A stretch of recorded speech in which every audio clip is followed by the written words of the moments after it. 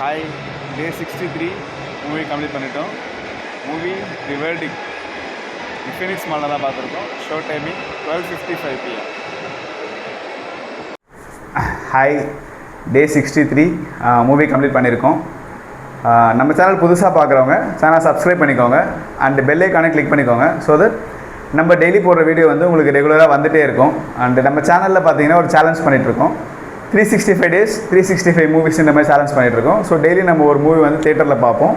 So அதில் தான் வந்து 63rd மூவியாக நம்ம வந்து தி வெர்டிக்ட் அப்படின்ற மூவி வந்து பார்த்துருக்கோம். ஸோ அந்த மூவியோட ரிவ்யூவை தான் இந்த வீடியோவில் நம்ம பார்க்க போகிறோம். தி வெர்டிக்ட் இந்த மூவி பார்த்திங்கன்னா அமெரிக்கா, அதாவது டெக்ஸஸ் அப்படின்ற இடத்துல நடக்கிற மாதிரி காட்டுறாங்க. ஸ்டார்டிங்கில் பார்த்திங்கன்னா ஒரு பணக்கார பாட்டி ஒருத்தங்க இருக்காங்க. ஸோ அவங்க வந்து இறந்துடுறாங்க. ஃபஸ்ட்டு சீன்லேயே வந்து அப்படி தான் காட்டுறாங்க. அவங்க இறந்துடுறாங்க. ஸோ அவங்களுக்கு வந்து யாருமே வந்து சொந்தம் கிடையாது, அவங்க தனியாக இருந்திருக்காங்க. ஸோ அந்த வீட்டில் அவங்கள பார்த்துக்கிறதுக்கு ஒருத்தர் இருந்திருக்காரு. ப்ளஸ் வந்து அவங்களுக்கு வந்து ஒரு ஃபேமிலி ஃப்ரெண்டு மாதிரி ஒரு ஹஸ்பண்ட் அண்ட் ஒய்ஃப் வந்து இருந்திருக்காங்க. ஸோ இவங்க 4 பேரும் பற்றின இதுதான் வந்து அந்த கேஸில் வருது. ஸோ இப்போ அந்த லேடியை ரெகுலராக வந்து போய் பார்க்குறவங்கன்னு பார்த்தா இவங்க 3 பேர் தான், அந்த பார்த்துக்கிறவர் ப்ளஸ் வந்து ஹஸ்பண்ட் அண்ட் ஒய்ஃப்.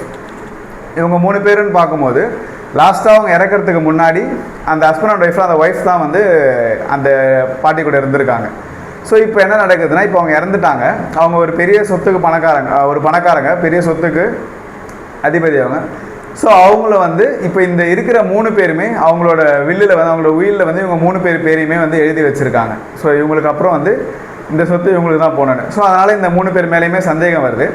ஸோ அந்த ஹஸ்பண்ட் அண்ட் ஒய்ஃபில் அந்த ஒய்ஃப் வந்து நர்மதான்னு சொல்லிட்டு இருக்காங்க. அவங்க மேலே தான் வந்து முழு சந்தேகமும் வருது. ஏன்னா அவங்க தான் வந்து இவங்க கூடவே இருந்திருக்காங்க இறக்கிறதுக்கு முன்னாடி வரைக்கும்.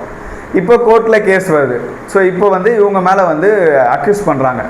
கவர்மெண்ட் தரப்பில் வந்து இவங்க மேலே தான் வந்து அந்த டிடெக்டிவ் இன்வெஸ்டிகேட் பண்ணதில் ஸோ இவங்க மற்ற அந்த 2 பேரை தவிர்த்து இவங்க மேலே தான் வந்து அதிகமான சந்தேகம் வருதுன்னு சொல்லிட்டு அவங்க மேலே கேஸ் போடுறாங்க.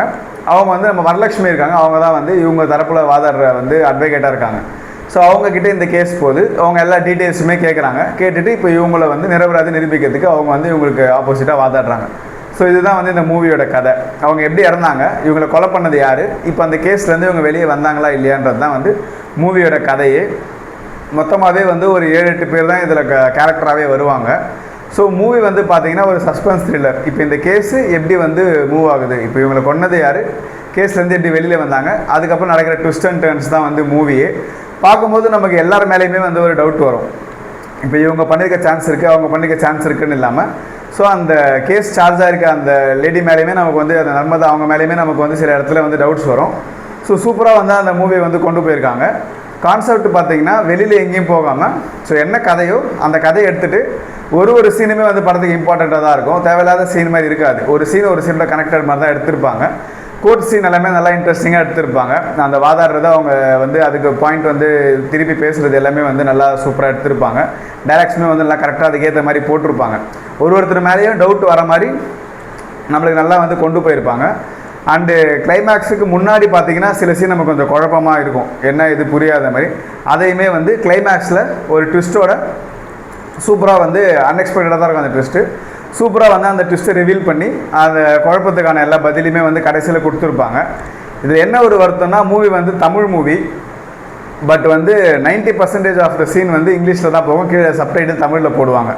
ஏன்னா வந்து இந்த கதை வந்து அங்கே நடக்கிற மாதிரின்றதுனால எல்லாருமே வந்து அந்த ஊர் ஆளுங்க தான் பேசுவாங்க. ஸோ எல்லாமே வந்து இங்கிலீஷ்லேயே பேசுகிற மாதிரி தான் வந்து எடுத்திருப்பாங்க. கோர்ட் சீன் வந்து ரொம்ப முக்கியமான சீனு. பட் எல்லா ஹியரிங்குமே ஒரு 4-5 ஹியரிங் வரும். அந்த எல்லா ஹியரிங்குமே வந்து அவங்க இங்கிலீஷில் பேசுகிற மாதிரி தான் இருக்கும். தமிழில் சப்டைட்டில் போடுவாங்க.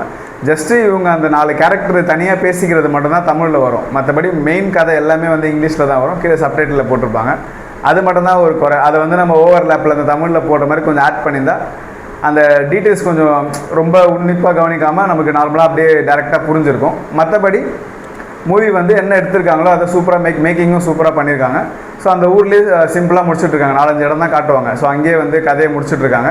லாஸ்ட்டில் கோவிட் எல்லாம் வந்து வர மாதிரியும் காமிச்சு அதுவுமே கதைக்கு நல்லா ஹெல்ப் பண்ணியிருக்கோம். அவங்களுக்கு அந்த கதைக்கு ஏற்ற மாதிரி தான் வைக்கணுமே வச்சுருக்காமல் கதைக்கு தேவைப்பட்ட மாதிரி அந்த கோவிட் சீன்ஸையும் வந்து யூஸ் பண்ணி நல்ல ஒரு டீசெண்டான மூவி கொடுத்துருக்காங்க. ஸோ சஸ்பென்ஸ் த்ரில்லர் பார்க்கணும், இந்த மாதிரி க்ரைம் கோர்ட் இன்வெஸ்டிகேஷன் சீன்ஸ்லாம் நல்லா நான் விரும்பி பார்ப்பேன்னா இந்த மூவி கண்டிப்பாக பார்க்கலாம்.